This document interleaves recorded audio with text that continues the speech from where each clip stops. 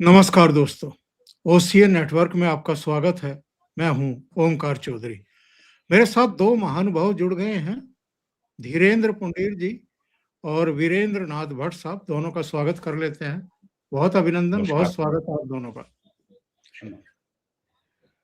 वीरेंद्र जी के पास चलते हैं सबसे पहले। हालांकि धीरेन्द्र जी सीधे बंगाल से लौट रहे हैं अपने कई दिन के वहां के अभियान के बाद, उनसे भी बात करेंगे, लेकिन जरा वीरेंद्र जी से समझने की कोशिश करते हैं। कल रात वैसे तो 6-7 राज्यों में राज्यपालों को बदला गया है, लेकिन उनको अगर मैं रूटीन भी मान लूं, जो एक प्रैक्टिस होती है, किसी को लगाना है, किसी को कहीं दूसरी जगह भेजना है, तो सबसे चौंकाने वाला, अगर ममता बनर्जी के शब्दों को भी मैं यहाँ ले आऊं, कि मुझे शौक लगा है कि अचानक सीवी आनंद बोस को यहां से हटा दिया गया। हटा क्या दिया, इस्तीफा ही लिया गया है। इस्तीफा क्यों लिया गया है, ये तो पर्दे के पीछे की बातें हैं। कहीं उनको दूसरी जगह भी भेजा जा सकता था, नहीं भेजा गया, लेकिन उनका इस्तीफा लिया गया और उनके स्थान पर तमिलनाडु के पूर्व आईपीएस ऑफिसर और जो रॉ में बहुत महत्वपूर्ण भूमिका में रह चुके हैं, आर.एन. रवि को बंगाल का गवर्नर बना करके भेजा जा रहा है। ये बहुत बड़ी खबर है, ये बहुत बड़ी सूचना है, ये बहुत बड़ा संदेश है केंद्र की तरफ से। और किस तरीके से ये बड़ा संदेश है, इस पूरे घटनाक्रम को समझने की जरूरत है। आर.एन. रवि ने एम.के. स्टालिन और उनकी सरकार को भी पूरी तरीके से रक्षात्मक मोड में ला करके रख दिया। जो इतनी आक्रामक राजनीति करने के आदी रहे हैं, उनको भी कहना चाहिए कि सीधा करने में कोई कसर बाकी नहीं छोड़ी। नंबर 2, जब हम बंगाल की बात करते हैं, तो बंगाल में एसआईआर की जो प्रक्रिया चल रही है, ममता बनर्जी और उनकी पूरी व्यवस्था ने उसमें अड़ंगे लगाने में कोई कोर कसर बाकी नहीं छोड़ी। 11 दूसरे राज्यों में भी इसके साथ एसआईआर की प्रक्रिया चल रही है। बहुतों में पूरी हो गई है, कुछ में पूरी होने जा रही है, लेकिन बंगाल में ये समाप्त होती हुई दिखाई नहीं दे रही है।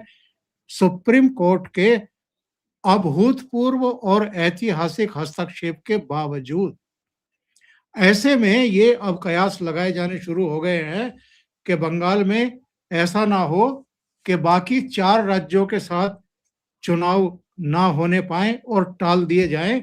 और अगर मई तक ये प्रक्रिया पूरी नहीं होती, 7 मई तक ये प्रक्रिया पूरी नहीं होती है, तो वहां राष्ट्रपति शासन लगेगा, ममता बनर्जी की विदाई होगी। जी वीरेंद्र जी, इस घटनाक्रम को आप कैसे देख रहे हैं? देखिए, ये पश्चिम बंगाल में क्या होने वाला है, इसको समझने के लिए जो कुछ घटनाओं को समझना आवश्यक है कि सुप्रीम कोर्ट ने आर्टिकल 142 142 के तहत जो उसको एक्स्ट्रा ऑर्डिनरी पावर्स हैं, उन पावर्स का प्रयोग करते हुए सुप्रीम कोर्ट ने Calcutta high court, Odisha high court और झारखंड हाई कोर्ट को ये डायरेक्शन दिया कि आप अपने अपने स्टेट जुडिशरी के अधिकारियों को आप स्पेयर करें, ताकि पश्चिम बंगाल में एसआईआर की जो बाकी प्रक्रिया को पूरा कराया जा सके।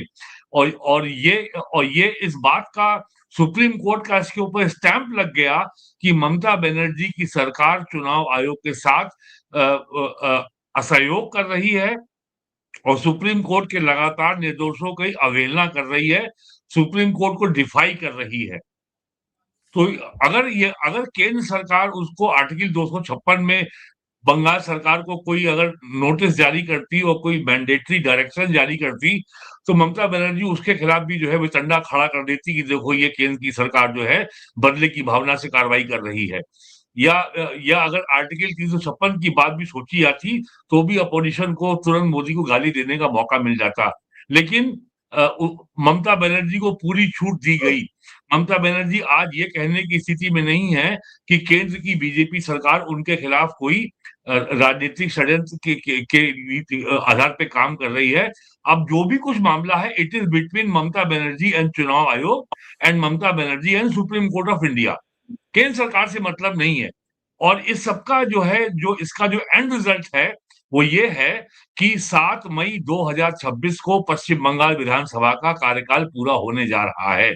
और अब ये तय हो गया है लगभग, जो जो घटनाक्रम है और जितना समय बचा है, कि अब 7 मई 2026 के पहले पश्चिम बंगाल की नई विधानसभा का चुनाव करके नई विधानसभा का गठन लगभग असंभव हो गया है। और ये जब फरवरी के लास्ट वीक में जब ये सुप्रीम कोर्ट का निर्देश आया था, और ये कहा था सुप्रीम कोर्ट ने कलकत्ता हाई कोर्ट के जज से, के सीजे से, कि आप डिस्ट्रिक्ट जुडिशरी के अफसरों से आज ही मीटिंग कर लें। और तब ये कहा गया था कि एसआईआर का जो रिमेनिंग काम है उसको पूरा करने के लिए 80 दिन का समय चाहिए। और 80 दिन का समय का मतलब होता है एंड ऑफ मई। तो यानी अब वहां पे चुनाव नहीं हो सकता। और 15 मार्च के बाद किसी भी दिन चुनाव आयोग तमिलनाडु, केरल, आसाम और पुडुचेरी के चुनाव के शेड्यूल की घोषणा कर देगा। और उसमें और मेरा ये अब दृढ़ विश्वास है कि पश्चिम बंगाल का चुनाव कार्यक्रम जारी नहीं होगा। और 7 मई के पहले अब वहां स्वतः अगर चुनाव नहीं होता है तो बिना आर्टिकल 356 को इन्वोक किए वहां पे असेंबली स्वतः समाप्त हो जाएगी, स्वतः डिसॉल्व हो जाएगी। और उसके बाद केंद्र सरकार को केवल अधिसूचना जारी करनी पड़ेगी कि आर्टिकल 356 अब यहाँ पे लागू हो गया है और यहाँ पे राष्ट्रपति शासन आ गया है। और इसी की तैयारी के लिए एन रवि जैसे कर्मठ और इतने अनुभवी व्यक्ति को गवर्नर बना के भेजा जा रहा है। ये इसके पहले इंटेलिजेंस ब्यूरो में स्पेशल डायरेक्टर रहे हैं और ये डिप्टी नेशनल सिक्योरिटी एडवाइजर रहे हैं। नागालैंड के जो अलगाववादी हैं उनके संग जो उनके संग जो समझौता था उसमें भी एन रवि भारत सरकार की ओर से इंटरलॉक्यूटर थे और उनकी बहुत बड़ी भूमिका थी। तो एन रवि को ये जो बिगड़ैल नेता हैं जैसे स्टालिन और ये ममता को बिगड़ैल नेताओं को संभालने का उनके पास बड़ा अनुभव है। उन्होंने 5 साल उन्होंने संभाला है स्टालिन को।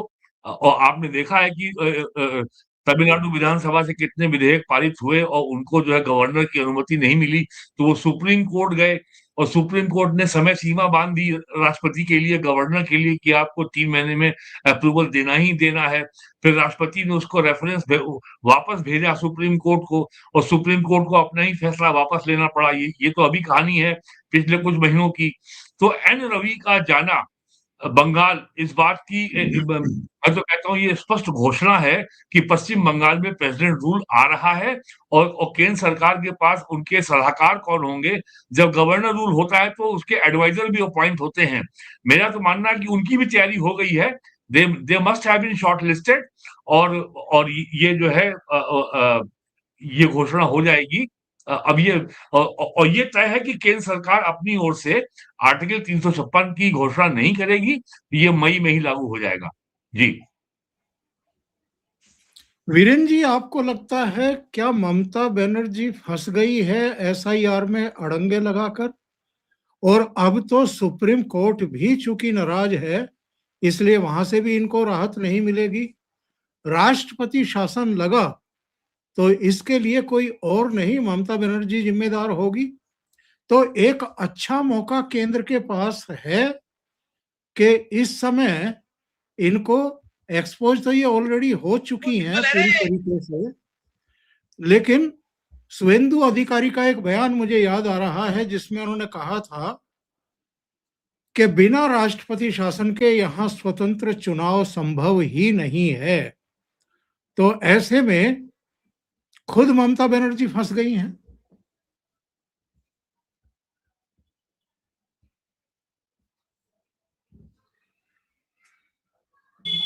ये आप सर मुझसे कह रहे हैं? आपने वीरेंद्र सर का नाम लिया, मुझसे या सर से? हाँ धीरेन जी आपका। ओ दरअसल मैं ये कहूंगा कि ममता बनर्जी अपनी राजनीति के मुताबिक, जैसे वो आज हम जब बात कर रहे हैं तब भी वो बैठी हुई हैं आराम से, धरने पर एस्प्लेनेड कोर्ट के बाहर, मेट्रो के बाहर आराम से बैठी हुई हैं और वो उन मृतकों को सामने लाना चाहती हैं जो लोग जो मृतक बता दिए गए और जिंदा हैं। ये ही दावा आपने सुप्रीम कोर्ट की सीढ़ियों पर चढ़ते हुए सलीम, माफ करना सलीम निकल जाता है मुंह से, क्या नाम है उन साहब का, योगेंद्र यादव जी का सुना था। यही कहता है उनको, तो मुझे लगता है कि अक्सर वो सलीम मेरे जहन में आ जाते हैं। तो उनको भी वो भी ऐसी तरह लाने वाले थे, नहीं ला पाए। फिर राहुल गांधी जो उन मृतकों के साथ चाय पी रहे थे, उनके मुताबिक ये मरे हुए लोग हैं जो मेरे साथ चाय पी रहे हैं, लेकिन वो सुप्रीम कोर्ट की सीढ़ियां चढ़ने से पहले ही मर गए वापस, वो फिर नहीं दिखाई दिए।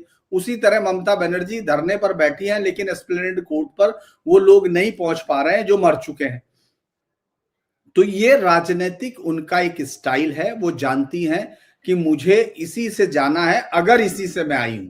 और ये पुरानी कहावत भी है, 98 से लेकर उनकी राजनीति, वैसे तो उनकी राजनीति जेपी की कार पर चढ़ने से शुरू हो ही चुकी थी और वो इसी को एक अपनी राजनीति का स्टाइल आज तक बनाए हुए हैं। चाहे वो राइटर बिल्डिंग्स में कैसे पहुंची, कैसे वहां से यहां तक का सफर उनका नबन्ना तक का है, वो सब इसी तरह से है। लेकिन जो सबसे इंटरेस्टिंग चीज ये है कि ममता बनर्जी लगातार हर एक कैलकुलेटेड मूव करती है, इमोशनल चीजें दिखाकर, हर एक मूव उनका कैलकुलेटेड होता है।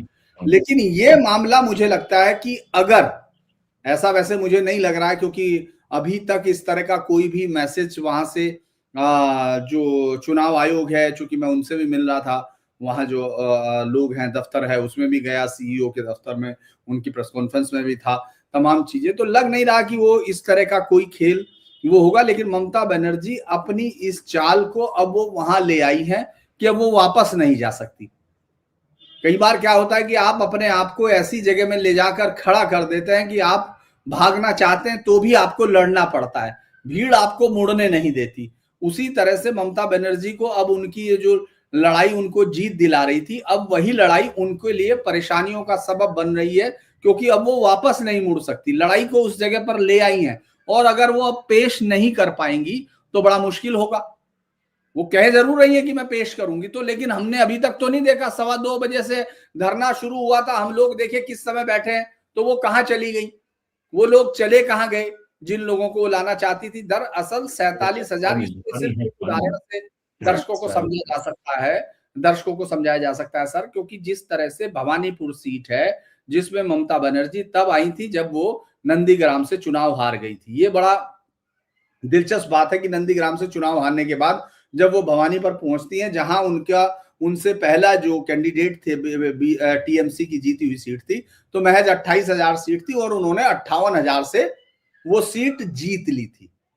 लेकिन जब एसआईआर का डाटा सामने आया तो आप ये देखिएगा कि 47,000 लोग तो कट चुके थे, तो 47,000 नाम तो थे नहीं, वो 2003 से लिए हुए थे।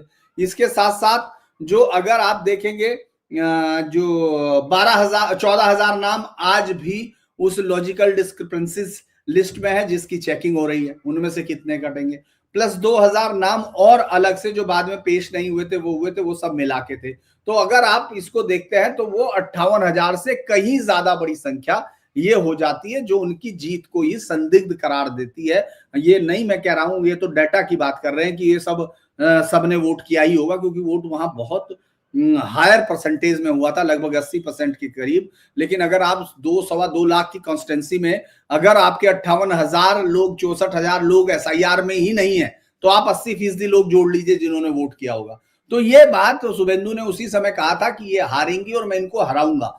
तो इस बार उनको वहां भी संकट है, एक ऐसी सीट पर संकट है जिनको उनको लग रहा था वो सबसे ज्यादा सुरक्षित सीट पर आई हुई है। तो ये एसआईआर का प्रभाव है। अब वो एसआईआर के इस प्रभाव को मुझे लगता है कि राजनीतिक तौर पर इमोशनल इशू, यानी वो उस जो पानी को इतना मथ देना चाहती है कि उससे मक्खन निकल आए, तो वो तो आसान है नहीं। और वो उनकी राजनीति मुझे लगता है कि इस समय उनके लिए ही खिलाफ हो रही है। ना तो वो बड़े लेवल पर ये साबित कर पाई कि मुसलमानों के नाम इस तरह काटे जा रहे थे, फला ये है और मैं लाके दिखा दूंगी, कुछ नहीं हुआ है। जैसे बाकी सब जगह नहीं हुआ वैसे यहां भी नहीं हुआ। तो मुझे लगता है ये एक बड़ा दिलचस्प वो है जो उनका लगता है। वीरेंद्र जी, ममता बनर्जी जो मैंने कहा है कि सुप्रीम कोर्ट से भी राहत नहीं मिल पाएगी इस बार इनको, क्योंकि खुद ही ऐसे फंदे में फंस गई हैं। और इससे पहले एक कारनामा और किया था इन्होंने, जब ईडी का छापा पड़ रहा था आईपैक्ट के ऑफिस और उसके घर पर, प्रतीक जैन के घर पर, तो वहां भी दंदनाते हुए पहुंच गई थी, डीजीपी को भी लेकर के, पुलिस कमिश्नर को लेकर के, और वहां धींगा मुस्ती करके डिवाइसेस अपने कब्जे में कर ली। वो मामला भी तो अभी सुप्रीम कोर्ट में है और शायद मार्च की ही तारीख उसमें लगी हुई है। फाइटर सेल्फ मेड नेता का आप देखिए कि आज क्या हाल है कि जो आदमी कलकत्ता का पुलिस कमिश्नर था, बाद में उसको उन्होंने डीजीपी बनाया, राजीव कुमार, आज उसको राज्यसभा भेजना पड़ रहा है उनको। ममता बनर्जी ऐसी मास लीडर को, जिसके पास नेताओं की कमी नहीं है, और तमाम ऐसे नेता होंगे जो राज्यसभा में तृणमूल कांग्रेस की ओर से आना चाहते होंगे, लेकिन ममता बनर्जी को अब इस तरीके के तिनकों का सहारा लेना पड़ रहा है, जो कभी बंगाल का चीफ सेक्रेटरी था, जैसे कि वो भास्कर घोष हैं, या जो है ये रिटायर्ड डीजीपी हैं। तो और आप अगर देखिए पिछले 50 सालों का इतिहास, और खास करके पिछले 10 सालों में सारी क्षेत्रीय पार्टियों का इसी तरह पतन हुआ है, चाहे वो हरियाणा हो, यूपी में बहुजन समाज पार्टी हो, या महाराष्ट्र में शिवसेना हो। तो ममता बनर्जी के सामने जो है अब इतने मामले हो गए हैं, और ये जो ईडी का मामला जो आईपैक का था, जहां पे रेड हुई थी और ममता बनर्जी उस कार्यालय में पहुंच गई, और उन्होंने वहां पे तमाम फाइलें, document, mobile phone, computer, hard disk सब वो उठा के ले आई। तो ये मामला अभी जो है ये मामला सुप्रीम कोर्ट के सामने है, और सुप्रीम कोर्ट ने आश्चर्य रूप से इसके बारे में कोई एफआईआर तक नहीं कराई है अभी तक कलकत्ता पुलिस में। उल्टे कई कई ऐसे मामले हैं पिछले 10 सालों में जहां ममता बनर्जी ने ईडी के खिलाफ एफआईआर करा दी थी, ये आपको पता होगा। और यही तमिलनाडु में भी हुआ था, ईडी के खिलाफ ईडी के अधिकारियों को अरेस्ट किया गया था, वहां तमिलनाडु पुलिस ने रेड किया था, ये सब होता आ रहा है। लेकिन मुझे अब लग रहा है कि ममता बनर्जी का सत्ता का समय अब जा चुका है, और अब वो केवल कोर्ट कचहरी और सुप्रीम कोर्ट और चुनाव आयोग और ईडी और इनकम टैक्स और सीबीआई में ही उलझी रहेंगी, क्योंकि ममता बनर्जी की पार्टी के नेताओं में, और खासकर जो उनका भतीजा, जो उनका उत्तराधिकारी अभिषेक बनर्जी है, उसके खिलाफ भी ईडी के के खिलाफ बहुत सारे मामले हैं। और बंगाल के लोग इस बात पे आश्चर्य करते हैं कि ईडी अभिषेक बनर्जी के खिलाफ कार्रवाई क्यों नहीं कर रही है। और आपको मालूम है कोल स्कैम में तो उसकी पत्नी का नाम भी है अभिषेक बनर्जी की, और उसमें मामला मनी लॉन्ड्रिंग का भी है, पैसा थाईलैंड ले जाया गया था, और कुछ मनी लॉन्ड्रिंग की जो मनी ट्रेल है जो ईडी ने एस्टेब्लिश की है, वो है गोवा वाली। और गोवा में जो नेता जाता है वो फंसता है। अरविंद केजरीवाल भी गोवा से फंसे थे, ममता बनर्जी भी गोवा से फंस रही हैं। तो अब ममता बनर्जी के खिलाफ जो है की स्थिति जो मुझे लग रहा है आने वाले दिनों में कुछ लालू जैसी हो जाएगी। लेकिन बीजेपी की एक ये मजबूरी है कि ममता बनर्जी को एकदम अगर बीजेपी क्रश कर देगी, तो वहां पर सीपीएम का रिवाइवल शुरू हो जाएगा। तो सीपीएम को रोकने के लिए बीजेपी को ममता बनर्जी को थोड़ी तो सांस देनी पड़ेगी, थोड़ी उसकी जो उसकी लाइफ लाइन है वो थोड़ी तो बीजेपी को रखनी ही पड़ेगी, वरना सीपीएम और कांग्रेस आ जाएंगी। जी धीरेन जी, एक बड़ा घटनाक्रम हुआ है, नीतीश कुमार राज्यसभा जा रहे हैं, और जाहिर है वहां पर जैसे ही 16 मार्च को ये रिजल्ट वगैरह होंगे, 16-17 मार्च को, उसके बाद बहुत संभव है कि नीतीश बाबू एक उचित समय देख करके रिजाइन करेंगे और वहां पर भारतीय जनता पार्टी का मुख्यमंत्री बनेगा। ये बंगाल चुनाव के ठीक पहले घटनाक्रम हो रहा है। इसका कोई इम्पैक्ट आप देख रहे हैं बंगाल में? सर दरअसल इसके पीछे एक थोड़ा सा ज्यादा पीछे जाने की जरूरत नहीं है, लेकिन बंगाल के डिवीजन तक हमको जाना होगा। बंगाल का हिस्सा हुआ करता था बिहार, उड़ीसा, आसाम, ये सब चीजें। तो आप देखेंगे वहां बहुत सारे बंगाली अलग अलग जगह पर हैं, उनकी रिश्तेदारी है, उनकी तमाम चीजें हैं। और जो बॉर्डर टाउन है, आपने देखा होगा सीमांचल, किशनगंज या इधर की तरफ से पुरुलिया, ये तमाम चीजों की तरफ आज भी, जब तक झारखंड नहीं बचा था, सीधा उनके साथ रिश्ता था। और दूसरा जो बॉर्डर टाउन की सिचुएशन है सीमांचल में, उसको नॉर्थ बंगाल के साथ जोड़ा जाता है। तो मुझे लगता है कि ये बहुत ही जबरदस्त तरीके से रिलेशनशिप है, जिसको हम अक्सर अभी तक निगेट करते थे, मतलब उसमें प्रीव्यू में नहीं लेते थे, लेकिन चूंकि अब फाइट इतनी जबरदस्त होती है तो सब लोग उस पर गौर भी करते हैं। अगर बिहार में जो चेंज होते हैं, बिहार के ज्यादातर लोग में, मैं जितनी अभी जब घूम रहा था तो मुझे कम से कम 50 लोगों से, ऐसे लोगों से मुलाकात हुई अलग अलग टैक्सी पर, अलग अलग जगह पर, जिनके साथ आपका इंटरेक्शन रोजाना में होता है। तो वो ज्यादातर लोग बिहार से थे, मतलब यूपी से थे, बनारस से और वहां से, लेकिन बहुत बड़ी तादाद बिहार की थी।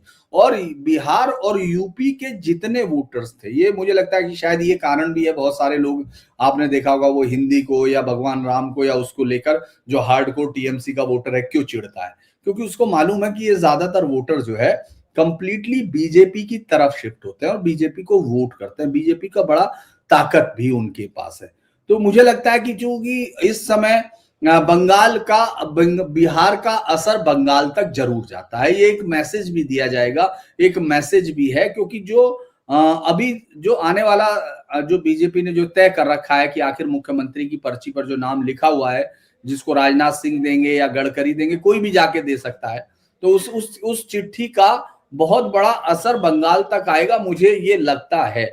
और बहुत सारा चूंकि रिलेशनशिप है, बहुत सारी चीजें हैं, वो बहुत मायने रखता है। साथ ही साथ बीजेपी की लीडरशिप का ये भी बताता है कि उनके पास एक लंबी सोच है। वो लोग ये पॉलिटिकल पार्टी को, पॉलिटिकल उसको एक फिefdom की तरह नहीं चलाते हैं, एक परिवार की तरह पार्टी नहीं चलती है। कोई भी कार्यकर्ता या एक पूरा विजन उनके पास है। जैसे ये 16 अक्टूबर की वो शायद रैली थी, जहां एग्जैक्ट मुझे डेट याद नहीं है, जब अमित शाह ने अपनी रैली में साफ कह दिया था कि जो विधायक जीतने के बाद मुख्यमंत्रियों को विधायक चुनेंगे, मैं नहीं चुनूंगा।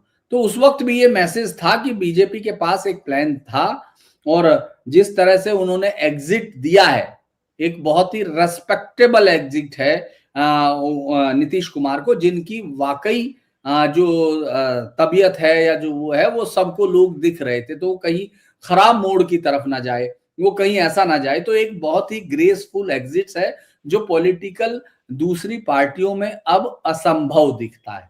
चाहे वो डी के शिव कुमार बनाम सिद्धारमैया हो, चाहे टी के सिंहदेव वर्सेस भूपेश बघेल हो, और जिस तरह से असम में हम देख रहे हैं कि अध्यक्ष भी भाग रहा है, पूर्व कार्यकारी अध्यक्ष भी भाग रहा है, पूर्व कायस्थ था, ये तमाम चीजें, तो मुझे लगता है कि इन सब का असर होता है, वोटर्स पर भी होता है। और जो सबसे बड़ी ये जो असर होता है वो उस पर होता है जो ये तय करते हैं कि सत्ता में कौन आएगा, वो होते हैं स्विंग वोटर, और वो इन सब चीजों को बहुत गौर से देखते हैं। तो मुझे लगता है इसका असर सर वहां पहुंचेगा, दिखाई देगा, जरूर दिखेगा।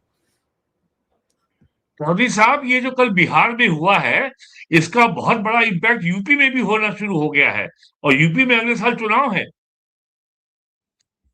जी, थोड़ा सा खोल के बताएं कि उत्तर प्रदेश में कैसे इसका असर होगा। उत्तर प्रदेश में असर इसका ऐसे हुआ है कि समाजवादी की भारतीय जनता पार्टी ने 10 साल में जिस तरीके से सरकार चलाई है, और जिस तरीके से सभी वर्गों को, किसी भी जाति, किसी भी मजहब का व्यक्ति हो, सबको समान रूप से सरकार की योजनाओं का लाभ मिला है। तो ये लोगों के जीवन में पहली बार ये अनुभव आया है कि सबको बिजली मिल रही है, सबको जो है गेहूं चावल मिल रहा है, गन्ना किसानों को समय से पैसा मिल रहा है, चीनी मिलों को गन्ना नहीं मिल रहा है तो वो तुरंत पेमेंट कर रही हैं। 10 साल हो गया है, समाजवादी पार्टी के पास एक मुद्दा नहीं है योगी सरकार को घेरने का। तो और ये जिस तरीके से बहुजन समाज पार्टी, समाजवादी पार्टी ने केवल हमेशा जात के नाम पे राजनीति की है, योगी जी के मुंह से उन्होंने कभी 10 साल में जात का नाम नहीं सुना। और जिस तरीके से ये 2024 में बीजेपी को लोकसभा की सीटों का नुकसान हुआ, और कुर्मी समाज और पासी समाज के लोग बीजेपी से कटे, और समाजवादी पार्टी को 37 सीटें मिली, कांग्रेस को 6 मिली, बीजेपी की सीटें घट के 33 हो गई। तो तो अब समाजवादी पार्टी को ये लग रहा है कि बीजेपी का बैकवर्ड दलित आधार कमजोर हुआ है। अगर अपर कास्ट को भी अगर थोड़ा काट लिया जाए, ब्राह्मण ठाकुर का भी अगर काट लिया जाए, तो इसके लिए स्वामी अविमुक्तेश्वरानंद को खड़ा किया गया है, बरेली का पीसीएस अफसर अलंकार अग्निहोत्री को खड़ा किया गया है। तो ये जिस तरीके से अब वहां पे संभावना ये बन रही है, बलवती है कि बिहार में मुख्यमंत्री तो बीजेपी का ही बनेगा, ये तो तय है।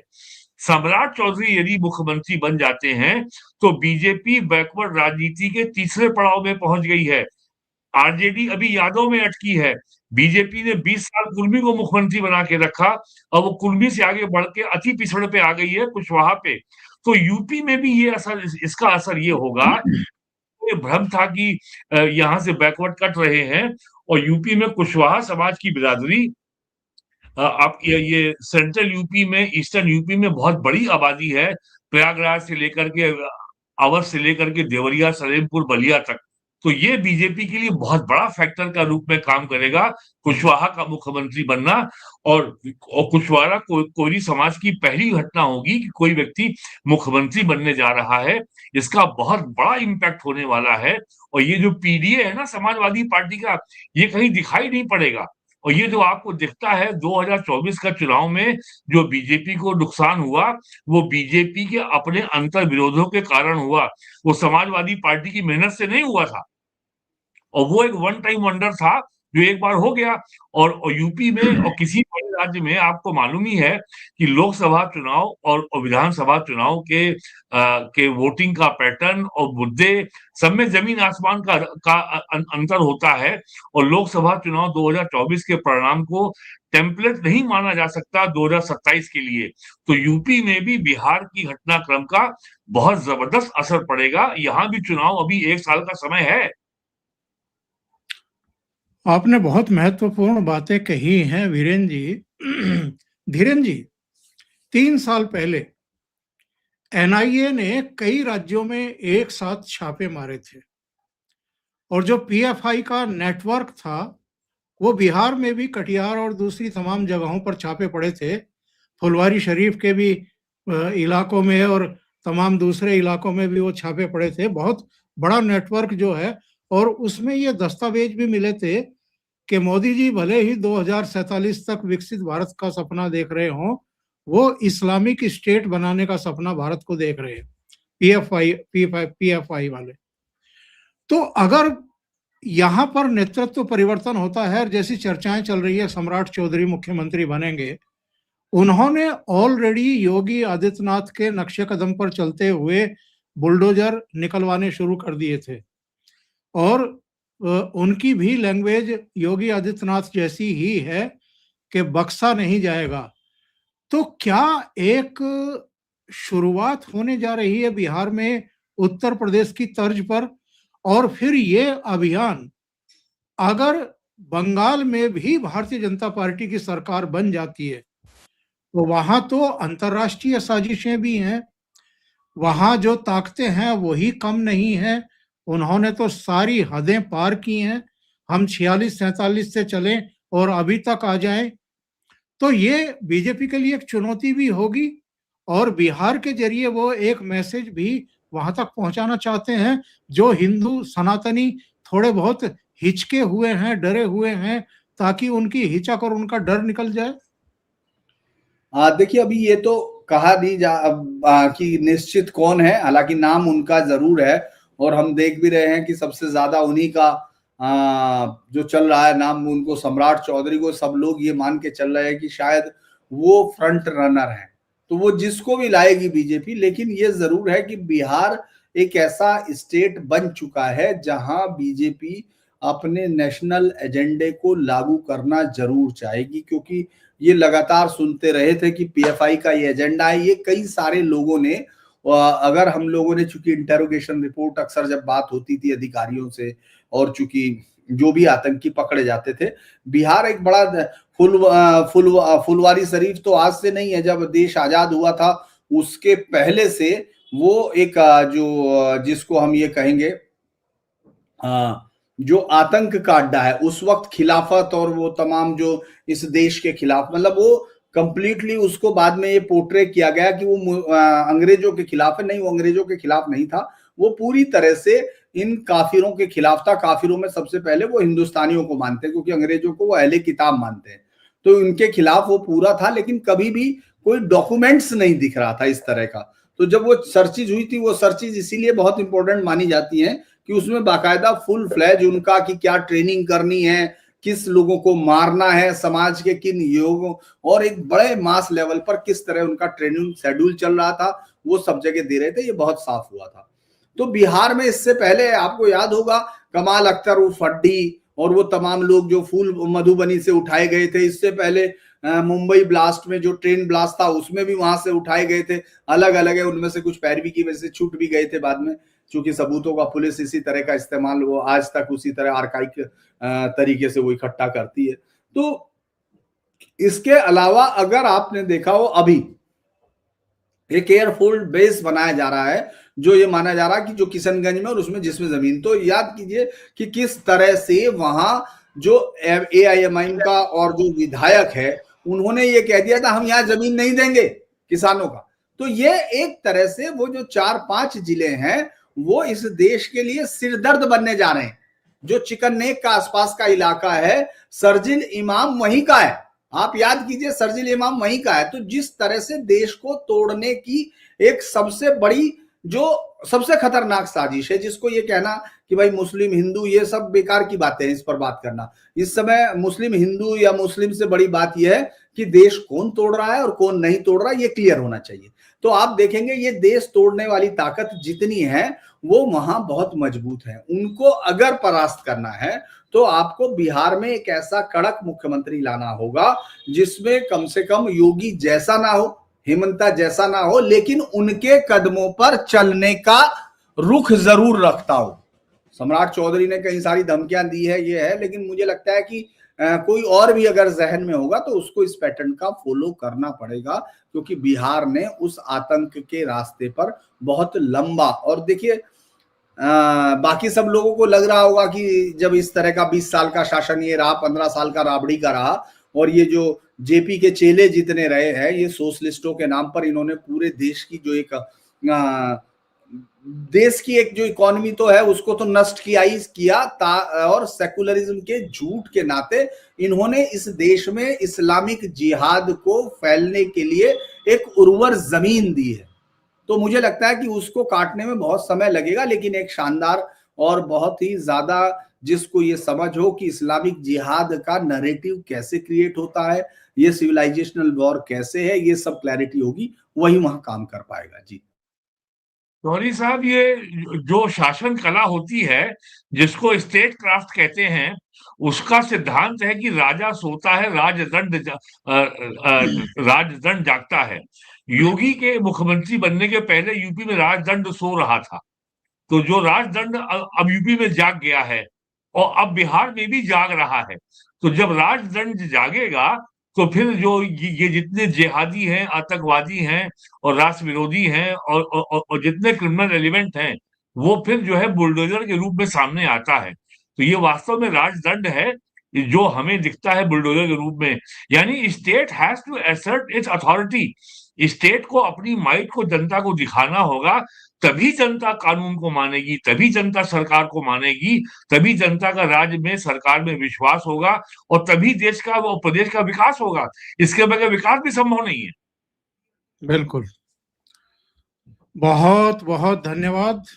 आप दोनों ने इतना समय निकाला और बहुत महत्वपूर्ण मुद्दों पर चर्चा की। दर्शकों से आग्रह है, निवेदन है, आपको ये चर्चा अच्छी लगी हो तो लाइक का बटन दबा दिया करें, इससे हमारी रीच बढ़ जाती है। और अभी तक ये चैनल सब्सक्राइब नहीं किया है तो कर लें। इसके अलावा इस वीडियो को फॉरवर्ड करें अपने मित्रों को ग्रुप्स में, और धीरेन्द्र जी का चैनल सब्सक्राइब करना बिल्कुल ना भूलें, धीरेन्द्र पुंडीर न्यूज पॉइंट। बहुत बहुत धन्यवाद। Thank you so much. नमस्कार। नमस्कार।